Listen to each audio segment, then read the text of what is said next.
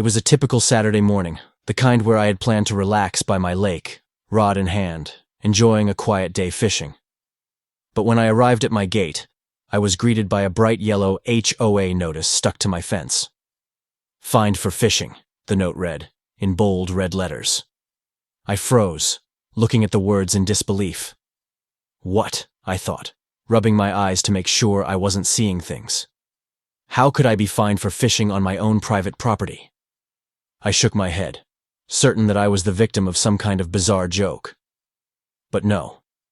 The HOA had made their decision, and I had violated their community rules. But what they didn't know was that this was just the beginning of something far bigger, far more outrageous. Of course, the one responsible for this ridiculous fine was none other than Karen, the HOA president and self-declared neighborhood enforcer. Armed with nothing but a clipboard and a sense of entitlement, Karen had a knack for making life miserable for anyone who didn't adhere to her idea of perfect suburban living. She had already complained about my mailbox being the wrong shade of blue, and that my grass was too green for her aesthetic tastes, and now it seemed my simple fishing hobby was her new target. She stood there at the gate, hands on her hips, glaring at me like I was the one who was out of line. Her smug smile only made me angrier. She had no right to tell me what I could and couldn't do on my own property. But Karen had no idea what she was about to unleash. I wasn't going to back down this time. No. This wasn't just about a fine. This was war. And I had a plan that would make her regret ever messing with me. She'd soon find out what happens when you try to control someone's personal space. I couldn't wait to see the look on her face when my next move unfolded. This was going to be so much more than a fishing trip. It was going to be the greatest revenge she'd never see coming. At first, I thought this was just a misunderstanding. Maybe Karen was having a bad day. So, I decided to approach her calmly, thinking that a simple conversation would clear everything up. I found her in her front yard, standing with her clipboard, scribbling down what I assumed were more complaints. I walked over and said, "Hey Karen, I saw the fine." "What's going on? I didn't know fishing was a violation." She turned toward me with that look, the one she always gives when she's about to tell you how you failed at life. Her lips curled into a smile, but it wasn't friendly. "You've been violating the HOA's policies for months now," she said, waving her hand dismissively. "You can't just do whatever you want on your property, especially not with that lake. The noise, the mess, it's ruining the neighborhood's vibe. I've had several complaints about your fishing." I couldn't believe what I was hearing. Complaints about fishing? Was this really happening? But instead of reacting, I simply took a deep breath. I couldn't afford to lose my temper yet. Karen was the type who thrived on drama. No, I needed to stay calm and find a way to outsmart her. But something told me that if I didn't do something fast, she'd find another way to make my life miserable. Over the next few days, the complaints kept coming. Karen didn't stop at fishing. Suddenly, she was after my property line, claiming my lawn wasn't up to HOA standards, and that the ducks who occasionally visited the lake were a public health hazard. One afternoon, I found a note on my door, another official complaint from Karen. This time, she'd taken it up with the HOA board, claiming that I was running an illegal fishing business and that my lake was in violation of community ordinances. I was furious. How could they let this happen? This was my property, my peaceful retreat. I was being treated like an outsider in my own home. That's when I decided I'd had enough. I wasn't going to let her win. No. I was going to make sure Karen understood the consequences of messing with me. And I needed to find a way to do it that would make her regret it. I spent the next few nights researching. I needed to know exactly what I was up against. I started looking at the HOA bylaws, local property laws, and even reached out to some real estate friends to figure out what my options were. Then, one evening, I found it. A loophole, buried deep in the fine print. The HOA didn't actually own the entire property surrounding my lake. There was a small strip of land, just enough for me to make a strategic purchase and block off the HOA's access road. The more I thought about it, the more excited I got. This was the opportunity I'd been waiting for. I wasn't going to just fight back. I was going to take control. It was time to hit them where it hurts. I didn't act impulsively. I wasn't going to rush this. I made some calls to my real estate friend Donald, who knew a lot about local zoning laws and land purchases. In just a few days, I had all the details lined up. The HOA's ownership of the access road was based on a technicality, and that was where I could strike. If I bought that strip of land, which I could easily afford, I could block the HOA's road. They wouldn't be able to access the lake. I'd own it all. I smiled to myself. Karen thought she could intimidate me, but I was about to turn the tables in the most satisfying way possible.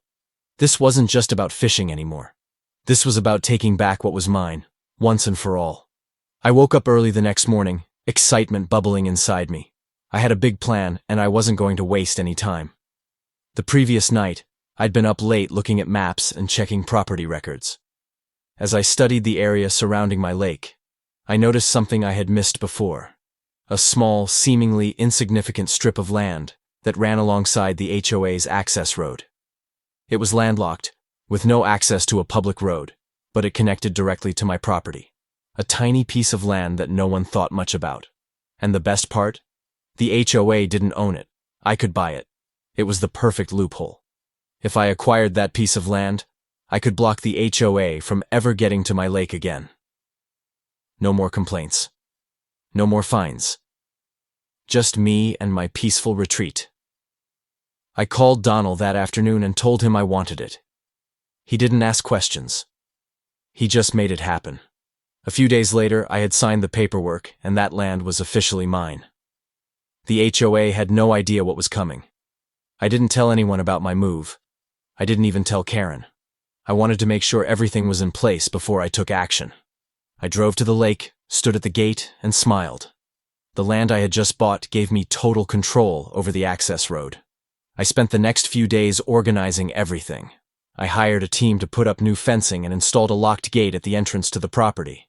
I also made sure to put up clear signs reading, "Private property, no trespassing." As the construction began, I could feel the tension building. The HOA had no idea that this would be the end of their little war. They thought they were in control, but now I held all the cards. By the time everything was in place, it was perfect. I had blocked their access road, and there was nothing they could do to stop me. A week later, the HOA called an emergency board meeting. Word had spread that I had purchased the land, and they were furious. Karen showed up, clipboard in hand, ready to fix the situation. When she arrived at my gate and saw the signs, she was visibly rattled. She stormed up to me, demanding an explanation. "What is this?" she asked, glaring at me. "You can't just block the access road like that. You need to take down those signs immediately." I looked her in the eye and simply smiled. "Karen, this land is mine now.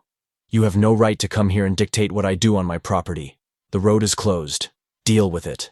Her face turned red as she fumed. She tried to argue, but there was nothing she could do. I had the legal right to block the road. The HOA had crossed the line, and now they were paying the price. The final moment arrived when Karen and the HOA tried to march up to my gate and demand access. By the time they reached the entrance, I had already blocked the road.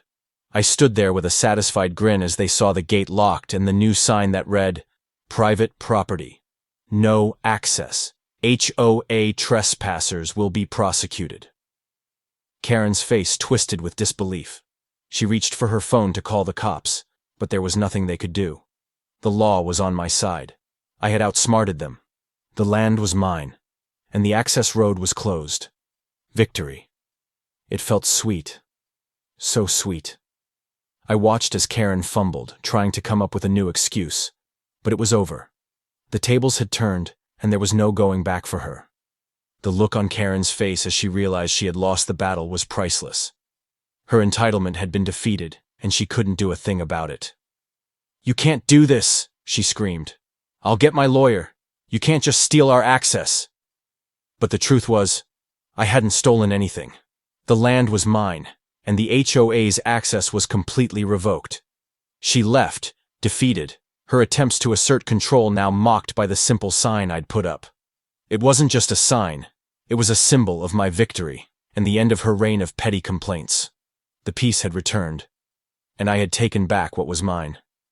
Sitting on the porch of my ranch, looking out at the lake, I couldn't help but reflect on everything that had happened.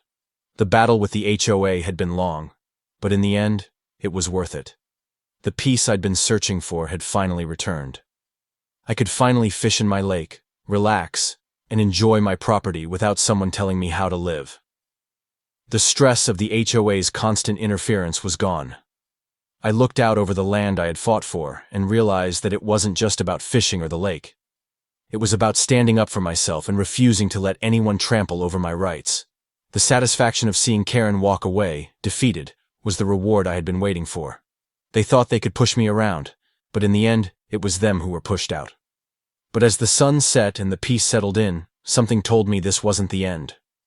The HOA might have lost this battle, but knowing them, they wouldn't give up so easily. They may have lost today, but I'm sure they'll try again. I chuckled to myself. And when they do, I'll be ready. I wasn't about to let them take back what I had fought for, and I sure wasn't going to let them push me around again. Stay tuned, because this saga isn't over yet. What would you do if the HOA tried to take your property away? Drop your thoughts in the comments below, and don't forget to like, share, and subscribe for more epic revenge stories. You won't want to miss what happens next.